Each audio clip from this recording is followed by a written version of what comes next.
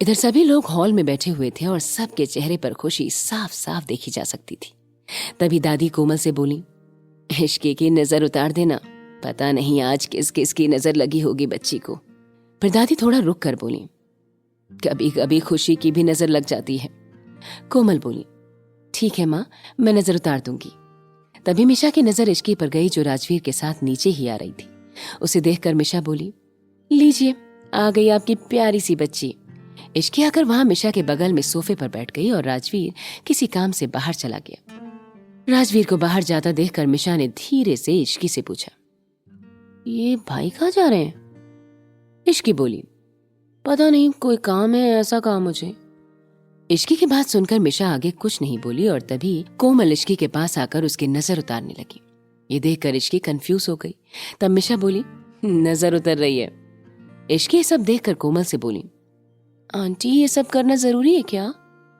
इस पर कोमल बोली, हाँ बेटा, माना जाता है कि ऐसे समय में या खुशी के मौके पर सबसे ज्यादा नजर लगती है। यहाँ तक कि खुशी से कही हुई बात भी कभी कभी लग जाती है, इसलिए नजर उतार लेनी चाहिए। अब इससे हमारा कोई फायदा तो नहीं होता, तो कुछ नुकसान भी तो नहीं होता है, बस दिल को तसल्ली रहती है।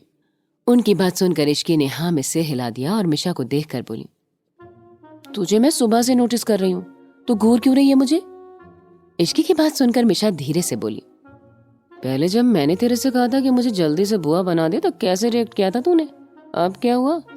इश्की बोली, कभी कभी चीजें अनएक्सपेक्टेड भी हो जाती हैं, अब इसमें मैं क्या करूं?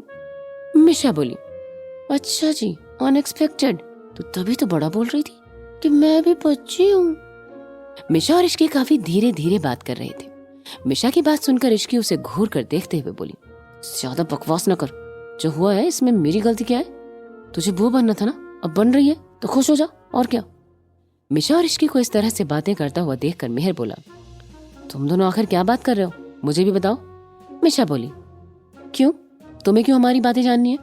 मिशा की बात सुनकर मेहर उसे घूर कर देखने लगा और फिर उसे इग्नोर करके इश्की को देखते हुए बोला, इश्की, अब अपने रूम में मेरी एक फोटो लगा लेना ताकि बेबी मेरे जैसा हो। ये सुनते ही मिशा बोली, इससे अच्छा है बंदर की फोटो न लगा ले, और खबरदार जो अपने जैसे बच्चे को बनाया तो। मिशा की बात सुनकर एक बार मेहर फिर से चढ़ गया और बोला, तेरी क्या प्रॉब्लम है, अपने काम से मतलब रखना। मिशा फिर से बोली, वही तो कर रही हूँ। इस बार मिशा इश्की को देखकर बोली, इसकी कोई भी बकवास सुनने की जरूरत नहीं है, समझी? तभी इश्की बोली, तुम दोनों लड़ना बंद करो, और मेहर, बेबी को जिसके जैसा होना है उनकी फोटो पहले से ही रूम में है। मेहर हाथ जोड़ते हुए बोला, भाई के जैसे? नो प्लीज इश्की, फिर दुनिया में एक और डेविल आ जाएगा, कुछ तो रहम कर हमारे ऊपर। उनकी नौटंकी देखते हुए कोमल बोली, मेहर, राजवीर के बारे में कुछ मत कहना। कोमल की धमकी सुनने के बाद मेहर शांत हो गया और सभी इसी तरह कुछ कुछ बातें करने लगे। बातें होने के बाद इश्की मिशा के साथ उसके रूम में चली गई और फिर उससे बोली, यार अचानक से कुछ भी हो जाता है, I mean, मुझे अभी तक इस बात पर यकीन नहीं हो रहा है कि मैं प्रेग्नेंट हूँ। इस पर मिशा बोली, हाँ ये तो है, ये सच में एक सरप्राइज है। वैसे मुझे ये पता तुझे कैसा फील हो रहा है? इश्की आलस भरी आवाज में बोली, थकान लग रही है, बस मन करता है कि सोती रहूं। ये सुनकर मिशा बोली, यार आलसी तो तू पहले से ही थी, अब और ज्यादा हो जाएगी। आई एम स्कैर्ड कि बेबी का क्या होगा, कहीं उसे भी तू अपनी तरह ना बना दे। मिशा की बात सुनकर इश्की उसे घूर कर गुस्से से देखने लगी और बोली, अच्छा जी, तो तू कौन सा शरीफ है? मुझे तो अभी से तेरे फ्यूचर की बेबी की चिंता हो रही है, पता नहीं उसका क्या होगा। ऐसी कोई बात नहीं है, बस। मिशा इतना बोलकर चुप हो गई। इश्की उसके शब्दों के पीछे की उदासी को जान रही थी और उसके पास जाकर बोली, मिशी, क्या सोच के दुखी हो गई? इस पर मिशा बोली, यही कि एक दिन मुझे इस घर से जाना होगा। मिशा की बात सुनकर इश्की हंसते हुए बोली, पागल लड़की, तू ये सोचकर दुखी है? ये सच है कि ऐसा होगा जरूर, लेकिन वो अभी हो ये जरूरी थोड़ी ना है। अगर तुझे नहीं जाना है तो मुझे बोल, मैं राजवीर से बोलकर रेहान को ही धमका के इस घर में घर जमाई बनवा दूंगी, फिर तू भी यहीं रहेगी हमारे साथ। मिशा इश्की की बात सुनकर बोली, चल छोड़, क्या बातें लेकर बैठ गए हम भी, अभी तो बहुत सारी प्लानिंग करनी है हमें। इश्की और मिशा फिर कुछ और बातें लेकर बैठ गए। इधर दूसरी तरफ राजवीर अपनी मीटिंग करके घर के लिए जा रहा था कि तभी उसे कार्तिक का कॉल आया। राजवीर ने कॉल रिसीव किया तो सामने से कार्तिक बोला, राज, मेरे फार्म हाउस आ जा, I need to talk. Kartik की बात सुनकर राजवीर ने टाइम देखा तो अभी शाम के 7 बज रहे थे, इसलिए राजवीर अपनी कार को कार्तिक के फार्म हाउस की तरफ ले जाने के लिए निकल गया। कुछ ही देर में राजवीर कार्तिक के फार्म हाउस पहुंच गया और अंदर जाकर देखा कि कार्तिक लिविंग हॉल में ही बैठा हुआ था। उसे देखकर राजवीर उसके सामने वाले सोफे पर बैठते हुए बोला, किस लिए बुलाया? कार्तिक बोला, I think I am in love. Kartik की बात सुनकर राजवीर उसकी तरफ घूरते हुए देखने लगा, जैसे उसे लग रहा था कि कार्तिक कोई मजाक कर रहा हो। वैसे भी वो अक्सर पहले राजवीर के साथ मजाक करता रहता था। राजवीर कंफर्म करते हुए बोला, मैंने जो सुना है वो बात सही है ना? हाँ यार, मुझे दोबारा प्यार हो गया, और वो भी डॉक्टर रीत से। पहले मेरे साथ जो भी हुआ उसे देखकर नहीं लगा था कि मैं कभी दोबारा प्यार करूंगा, लेकिन पता ही नहीं चला कि कब मुझे रीत से प्यार हो गया। वैसे मैंने उसे कहा कि हम डेट करते हैं, लेकिन तभी मैं अपनी फीलिंग्स को लेकर श्योर नहीं था, बट अब हूं। कार्तिक ने अपनी पूरी बात राजवीर को बताई। सारी बातों को सुनने के बाद राजवीर बोला, क्या रीत तुझसे प्यार करती है? कार्तिक बोला, हाँ शायद। इस पर राजवीर समझाते हुए बोला, रीत अच्छी लड़की है, जो पास्ट में हुआ वो एक बुरी याद है, लेकिन इसका मतलब ये नहीं है कि हम अपना आज और आने वाला कल खराब कर दें। प्यार सबको एक मौका देता है जो सही होता है। शायद यही तेरा मौका है। दिल की आवाज को कभी मारना नहीं चाहिए। राजवीर की बात में बहुत गहराई थी जो कार्तिक को भी समझ में आ रही थी।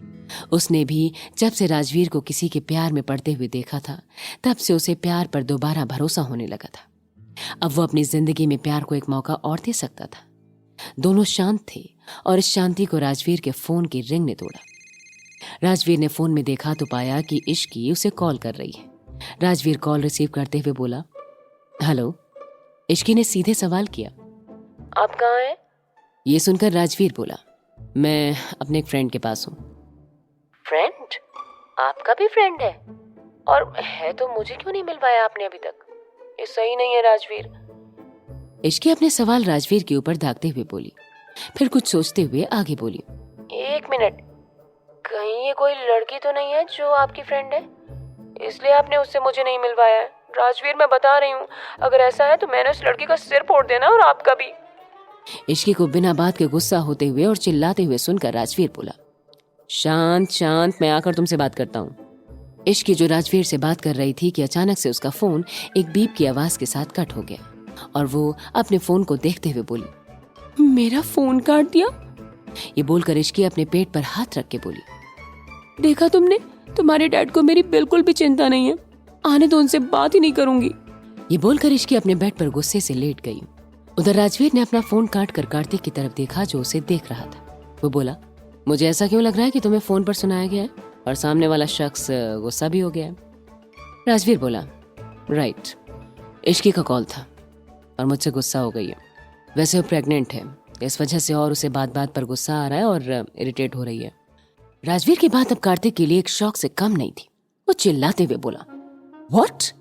मतलब कि तू डैड बनने वाला है और मुझे इस बारे में बताया भी नहीं, और अब बता भी रहा है तो नॉर्मल होकर? सीरियसली, मुझे नहीं लगा था कि तू कभी मेरे से बात भी छुपाएगा। पहले तूने शादी की, वो भी मुझे काफी बाद में पता चला। चलो, उस समय मैं उस कंडीशन में भी नहीं था, लेकिन अभी तो बताया जा सकता था ना। राजवीर तभी बोला, रिलैक्स, मुझे भी आज ही पता चला है और इसमें इतना रिएक्ट करने वाली कौन सी बात है, मैं बता देता। कार्तिक बोला, सीरियसली, रिएक्ट करने वाली बात नहीं है? ऑफ कोर्स बात है, मैं तेरा दोस्त हूँ एंड मुझे ये बात पता होनी चाहिए। कार्तिक को इस तरह से रिएक्ट करता हुआ देखकर राजवीर खुद से बोला, जी भी ड्रामेबाज है, समझ में नहीं आ रहा है कि किस किस का गुस्सा हैंडल करूं। राजवीर आगे बोला, कार्तिक, तुझे गुस्सा करना है करते रहे, पर मुझे अभी घर जाना है क्योंकि इश्की भी गुस्सा हो गई है। राजवीर की बात सुनकर कार्तिक उसे घूर कर देखते हुए बोला, मतलब अब मेरी इतनी भी इंपॉर्टेंस नहीं रही कि ये बोल दे कि आगे से नहीं होगा, सीधे मुझे छोड़ के जा रहा है। यू नो व्हाट, तेरे इस ड्रामे के लिए मेरे पास टाइम नहीं है। अगर मैं घर नहीं गया तो कोई गुस्से में खाना ही नहीं खाएगा। राजवीर ये बोलकर जाने लगा। तभी कार्तिक बोला, अच्छा ये तो बताते जा कि मुझे कब मिलवा रहा है भाभी से, मैं भी देखूं आखिर किसके प्यार ने एक पत्थर दिल इंसान को बदल के रख दिया। कार्तिक की बात सुनकर राजवीर बिना पलटे बोला, बहुत जल्द, क्योंकि अब तो मिलवाना ही पड़ेगा, वरना इश्की भी धरना दे देगी। कार्तिक राजवीर की बात पर हंसने लगा और राजवीर अपने घर के लिए निकल गया। कुछ ही देर के बाद राजवीर घर पहुंच गया। अभी तक रात के करीब 9 बज चुके थे क्योंकि राजवीर बहुत देर से कार्तिक से बात कर रहा था। राजवीर घर आकर सीधे अपने रूम में गया और बेड पर लेटी इश्की को देखने लगा। राजवीर ने उसके पास जाकर देखा तो पाया कि इश्की अपने फोन में कुछ कर रही थी। ये देखकर राजवीर उसके फोरहेड पर किस करने को हुआ ही था कि तभी इश्की पलट गई और राजवीर को किस करने नहीं दिया। इश्की को ऐसा करते हुए देखकर राजवीर समझ गया कि इश्की नाराज है। राजवीर उससे प्यार से बोला, क्या हुआ इश्की, क्यों गुस्सा हो? इश्की ने राजवीर की बातों का कोई जवाब नहीं दिया और वैसे ही अपने फोन में कुछ देखने लगी। राजवीर ने देखकर इश्की के हाथ से फोन ले लिया और इश्की से बोला, मैं अपने एक मेल फ्रेंड के साथ था और वो भी अपनी मीटिंग खत्म करके गया था। इश्की ने अभी भी उससे कुछ नहीं कहा और उठकर जाने लगी। तब राजवीर ने उसे पकड़कर बिठा लिया और बोला, अच्छा सॉरी ऐसे कॉल कट करने के लिए, लेकिन मैं तुम्हें सारी बातें फोन पर थोड़ी ना एक्सप्लेन कर पाता।